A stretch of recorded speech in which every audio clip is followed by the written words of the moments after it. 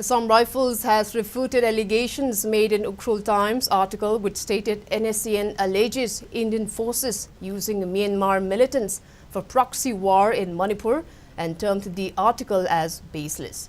According to a rebuttal statement from IGR South PRO sent to Ukhrul Times editor, the articles published on May 15 suggested that Assam Rifles along with Para regiment were colluding with Kuki militants to attack Nscn and allowing free movement to Kuki militants along Indo-Myanmar border.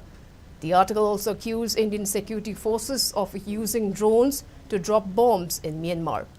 Assam Rifles has dismissed these allegations as baseless and emphasized the need for media to verify content and ensure authenticity of their news to avoid creating further inconveniences during these critical period.